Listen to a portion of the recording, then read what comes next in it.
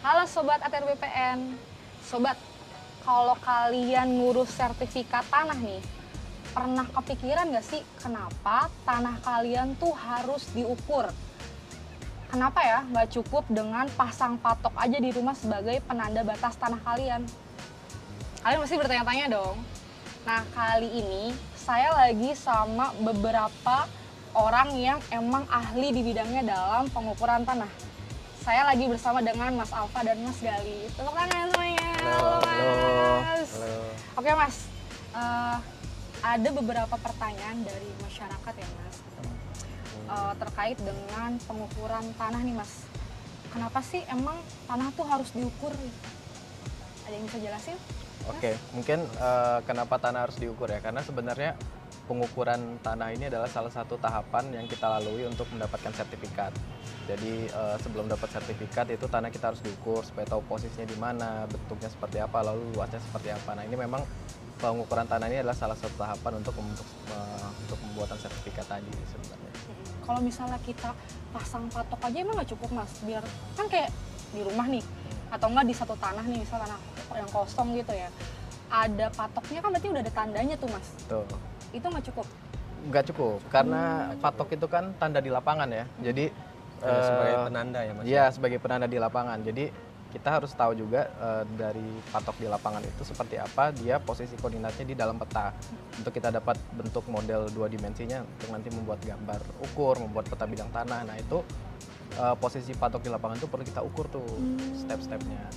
Ada ketentuannya gitu nggak, Mas? Kalau misalnya kita memasang patok tuh, patoknya harus kayak gimana tuh, Mas? Ada. Ada ketentuannya yang tentunya itu ada standar yang memang dari BPN juga ya, biasanya itu ada patok berupa beton. Karena kadang-kadang masyarakat juga asal patok tuh bambu asal dipatok, nah itu nggak boleh itu. Oh, kalau bambu tuh nggak boleh? Sebetulnya boleh, karena dia lebih bagus patok yang memang betul-betul patok. Contoh misalkan ada pipa dikasih semen itu lebih bagus. Karena kalau patok kayu atau ini kan sebetulnya bisa Kalau rusak yang ya. nggak permanen tuh gampang rusak, gampang dicabut.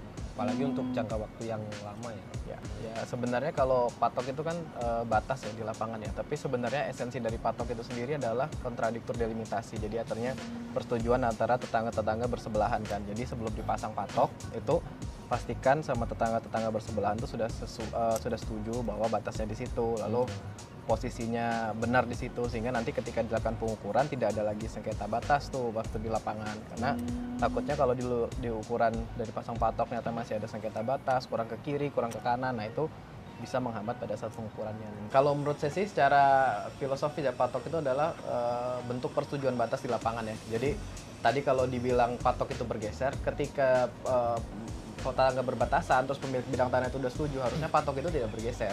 Karena kalau bergeser berarti kan belum setuju nih kan. Setuju-setujunya cuma setuju-setujuan ya, bukan setuju beneran. Jadi kalau ketika itu sudah setuju di lapangan, patok itu harusnya tidak akan bergeser dan tidak akan berpindah. Nah, saya ada beberapa case, nggak banyak sih, tapi patok itu berpindah dan ternyata setelah ditelusuri memang mereka belum setuju nih. Jadi memang menurut saya secara filosofis tuh patok tuh ya itu bentuk persetujuan di lapangan. Ketika itu tetap patoknya di situ, mau 100 tahun ke depan nggak bergeser, berarti ya memang di situ batasnya. Nah, berarti patok itu adalah salah satu kewajiban dari si pemilik tanah itu ya. Betul Kalau sekali. tanah nggak dipatok ya Kan- takutnya dicaplok sama orang. Terus itu kan sebagai tanda batas juga Iya, antara betul bidang tanah. Misal saya punya tanah nih, Mbak punya tanah kan, kalau nggak ada patoknya Iya, jadi bisa repot kan. main hapus Tuh. robot Nah, aja. itu bahaya kan. Bahaya. Sama kayak Masnya mungkin punya istri atau punya pacar, kalau Iya. punya pacar ya, kalau Istri. nggak istri. Oh, Iya, punya istri. punya pacar kalau nggak langsung dinikahin, Nah. dipatok orang kan. Betul. Kenapa sih kita tuh perlu banget peta bidang tanah? Kan kita tahu ada peta bidang tanah keluaran zaman-zaman terdahulu sama zaman-zaman sekarang tuh, Mas. Nah, gimana progres pelaksanaan peta bidang tanah nih, Mas? Ya, jadi sebenarnya peta bidang tanah tuh sebenarnya ya peta ya. Maksudnya dalam artian adalah representasi dari bentuk bumi dalam sebuah gambar 2 dimensi ataupun nanti 3 dimensi berupa model ya. Jadi bagaimana sih tadi kita kan udah pasang patok ya di lapangan. Nah, bagaimana kita menggambarkan patok-patok yang sudah dipasang di lapangan itu ke dalam suatu bentuk sehingga nanti setiap orang yang melihat tuh bisa tahu oh ternyata posisinya di situ kan. Kalau secara teknisnya ya peta bidang tanah itu penting tuh buat merepresentasikan patok-patok itu nanti yang akan akhirnya dilakukan delineasi batas-batas bidang tanahnya, sehingga nanti kita kalau punya sertifikat tuh ada tuh di sertifikat kita tuh batas bidang tanahnya, lalu dari batas itu nanti akan menghasilkan luas. Karena kan sertifikat selama ini kan kita berapa luasnya.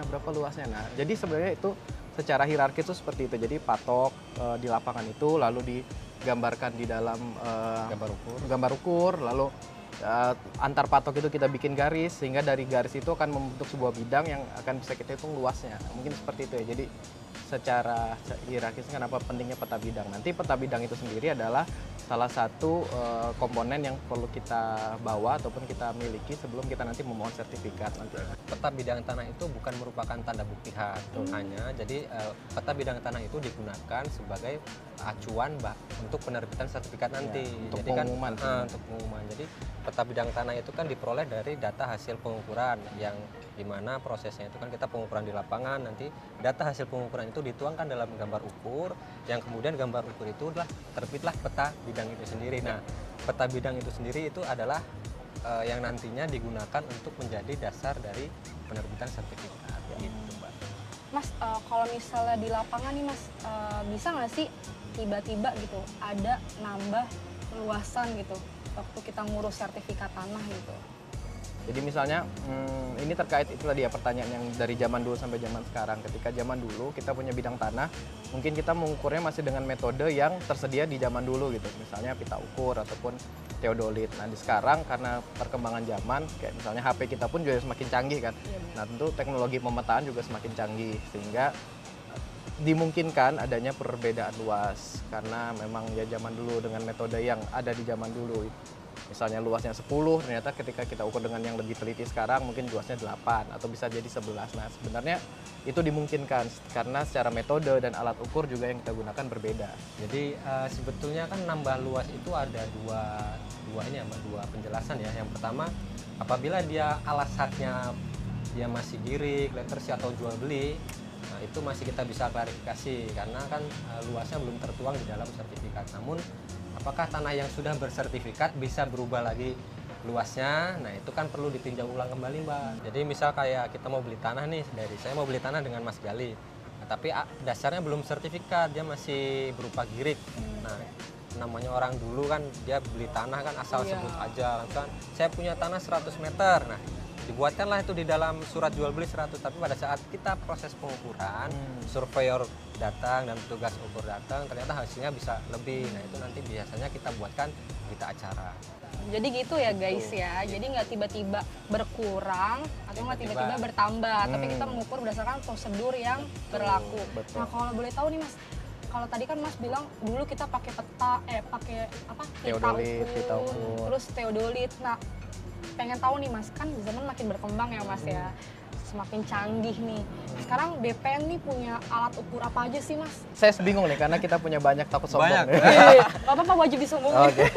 Jadi ya itu tadi ya. Jadi walaupun tadi saya bilang pita ukur terus teodolit itu alat lama, tapi bukan berarti sekarang nggak dipakai. Jadi kita tetap ada pita ukur, tetap ada teodolit, total station. Lalu untuk terrestris, terus yang ekstraterestrialnya kita punya receiver GNSS geodetik itu yang bisa ukur batas bidang tanah sampai ketelitian milimeter ya. Jadi penggaris kita tuh aja kan senti ya. Ini bisa sampai milimeter, itu GNSS geodetik. Lalu untuk yang lain lagi kita punya UAV namanya Unmanned Aerial Vehicle. Jadi itu yang bisa mengukur secara fotogrametris, jadi dari foto udara lalu nanti kita lakukan koreksi, biasanya kita gunakan untuk peta kerja ataupun peta acuan. Nah itu UAV. Terus juga kita menggunakan citra satelit resolusi tinggi nih. Citra satelit resolusi tinggi ini wahananya ya di satelit, lalu dia punya sensor yang bisa memotret keadaan bumi sekarang. Oke Mas, kalau misalnya terkait sama luas tanah Mas, itu cara ngukurnya tuh gimana sih Mas? Waktu kita SD atau SMP belajar kan kalau persegi panjang tuh luasnya panjang kali lebar gitu. Nah ini sebenarnya konsepnya sama, jadi pakai hitungan matematis tuh. Tapi karena bentuk bidang tanah kita tuh nggak persegi panjang persis, jadi bentuk hitungan matematisnya tuh ada sedemikian rupa dengan software, sehingga harapannya nanti akan lebih teliti, bukan harapannya, tapi bisa dipastikan ya lebih teliti lah daripada kita. Ini kan rawan kesalahan manusia. Berarti masyarakat udah nggak perlu khawatir Nggak perlu dan khawatir. takut lagi ya Betul. semuanya. Nggak perlu was-was beli tanah kurang lah. Iya, nggak perlu was-was nih. Kalau udah diukur ya. Udah diukur. Kalau belum diukur masih was-was Mas, Ya, kalau masih belum diukur Berarti kita nggak kalau tahu nih. kalau kita kedatangan petugas ukur jangan was-was teman-teman. Ya, Karena sebenarnya teman-teman yang di lapangan ini yang justru menyelamatkan aset kita ya, kan, ya, tanah kita kan. kita yang ngecek lah istilahnya kan Iya, batas-batas ngecek. bidang. Kalau misalnya Mas melakukan kegiatan pengukuran Mas, apa aja sih Mas yang perlu ada ketika saat itu Mas? Pada saat pelaksanaan pengukuran itu yang pertama harus ada pemilik tanah tersebut atau yang dikuasakan. Itu yang pertama. Kemudian kayak administrasi berupa dokumen surat pernyataan pemasangan tanda batas itu harus ada, dan dokumen-dokumen alasan secara fisiknya itu harus ada juga. Kemudian tetangga batas disaksikan saksi-saksi juga itu lebih untuk Tetangga batas tuh minimal berapa tuh Mas? Biasanya? Sekeliling. sekelilingnya, Sekeliling sekitar utara, rumah ya. selatan, Ya. barat, timurnya. Diupayakan hadir, tapi kalaupun tidak nanti kan ada surat pernyataan tanda batas dan persetujuan tetangga berbatasan itu mungkin Sudah cukup. ya. Intinya kalau di lapangan sih sebenarnya karena kita pekerjaan pengukuran dan pemetaan ini kan beda sama pengukuran pemetaan selain kadastral ya. Jadi Iya. kadastral ini ada aspek legalnya. Jadi selain tadi aspek teknis yang harus dipenuhi kayak seperti patok, terus alat ukur yang tersedia, tapi juga kita tidak boleh melupakan aspek administrasi nih, kayak tadi yang disampaikan Mas Alfa, ada surat pernyataan pemasangan tanda batas, persetujuan tetangga. Nah, itu yang sedikit membedakan antara pengukuran dan pemetaan kadastral dengan pengukuran dan pemetaan lainnya gitu. Mas, kalau misalnya dilihat kan kalau Mas Alfa ini kan surveyor berlisensi ya. Ya, Betul. Kalau betul. Mas Dali ini surveyor Pemetaan. pemetaan. Pemetaan. Bedanya apa sih Mas?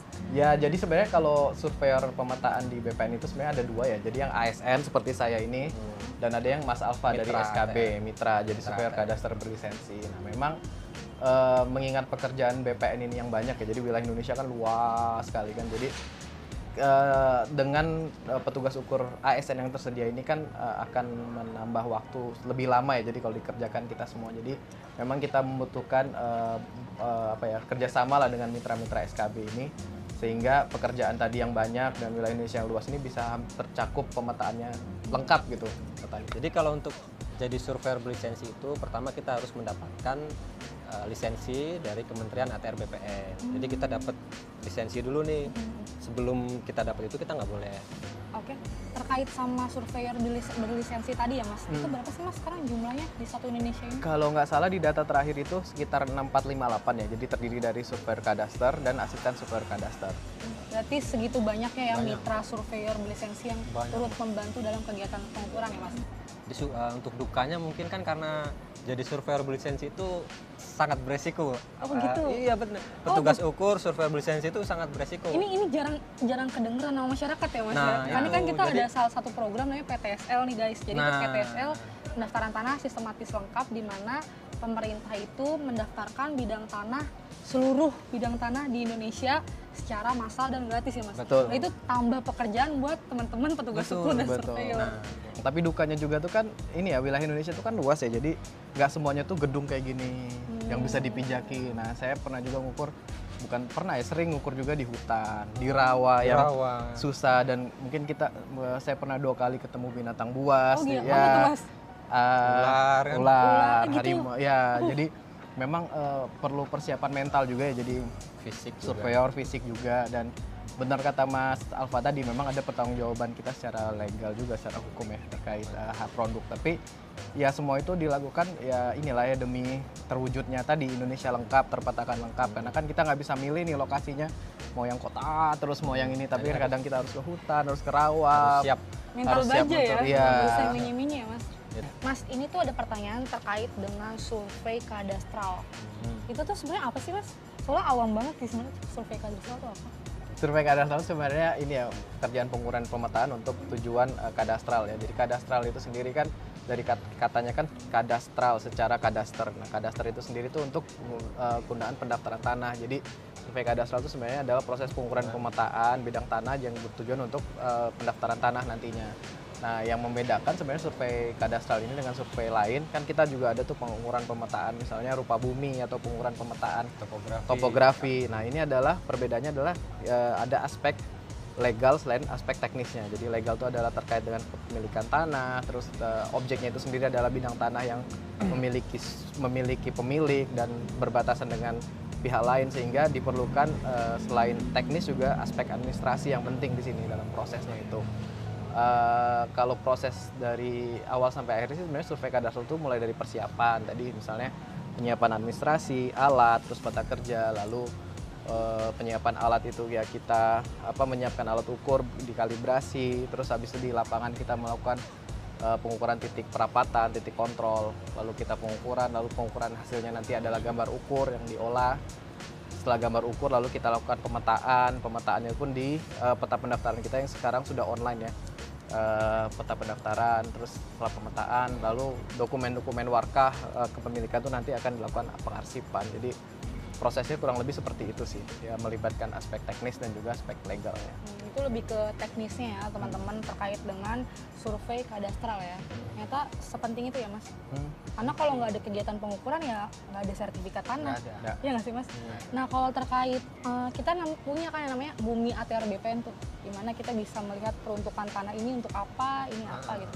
Itu ada kontribusi dari teman-teman petugas ukur atau nggak bisa? Iya, jadi kalau Bumi itu kan sebenarnya peta yang di sana kan hasil dari teman-teman petugas ukurin yang di lapangan kan. Ketika setelah diukur, dipetakan, lalu diupload di peta pendaftaran yang bisa dilihat online sekarang melalui Bumi. Bisa akses ya. Semua bisa akses. Jadi fungsi kontrolnya pun selain kita ada beberapa QC juga setelah keluar masyarakat pun bisa langsung melihat produk kita, sehingga nanti ketika ada ketidaksesuaian ataupun keberatan bisa langsung menyampaikan kepada kita. Nah, jadi teman-teman tuh masyarakat bisa mengontrol pekerjaan dari kita juga ya Mas ya, dari Bumi ATR BPN gitu. Nah, Untuk ngecek sih. ya untuk ngecek peruntukannya ya Mas ya. Tadi kita tuh udah ngobrol banyak sama Mas Alfa sama Mas Gali, terus jadi banyak banget tahu kan tentang patok tanah, tentang pengukuran tuh kayak gimana, prosesnya, suka dukanya ya Mas ya. Dan yang paling saya tangkap sih kayaknya ideal banget jadi petugas ukur ya buat jadi mantu idaman ya Mas. Iya. Mungkin ada yang ingin disampaikan terakhir kepada masyarakat Mas, pesan-pesannya Mas? Mas Alfa dulu. Kalau saya sih sebagai pelaksana di lapangan, Sebagai mitra juga ya ya Mas ya? sebagai mitra ATR BPN juga, sebagai surveyor berlisensi juga, mengingatkan ke masyarakat untuk lebih peka terhadap pemasangan tanda batasnya. Terus apabila sudah bersertifikat tanahnya, tolong dipelihara tanahnya. Dalam arti dipelihara itu ya tanda batasnya dicek, jangan hanya punya tanah tapi dibiarkan. Ya. Nah itu hanya menimbulkan konflik nantinya. Oke, kalau dari Mas Gali? Kalau dari saya sih bener sih Mbak, jadi memang patok harus dijaga, terus ketika sudah nanti misalnya keluar sertifikat, mohon dikuasai secara efektif, karena banyak juga permasalahan timbul karena tidak dikuasai, tanah tidak diusahakan. Nah selain itu juga mohon pada masyarakat untuk mensukseskan kegiatan PTSL ataupun pengukuran bidang tanah, karena jangan takut, maksudnya pengukuran ini adalah nanti akan memberikan kepastian hukum nih buat masyarakat. Jadi kita harapkan bersama-sama lah kita menuju ke kepastian hukum pemilikan bidang tanah, lalu mengurangi sengketa dan nanti bisa mengurangi konflik bidang tanah juga. Intinya tetap jaga batas tanahmu dan ikut turut sukseskan gerakan pemasangan tanda batas atau gema patas. Oke, terima kasih banyak sharing-sharingnya Mas Makasih. Gali dan Mas Sama-sama. Alfa. Jadi teman-teman Sobat ATR BPN, sekian dari kami. Kurang lebihnya mohon maaf. See you di next video selanjutnya.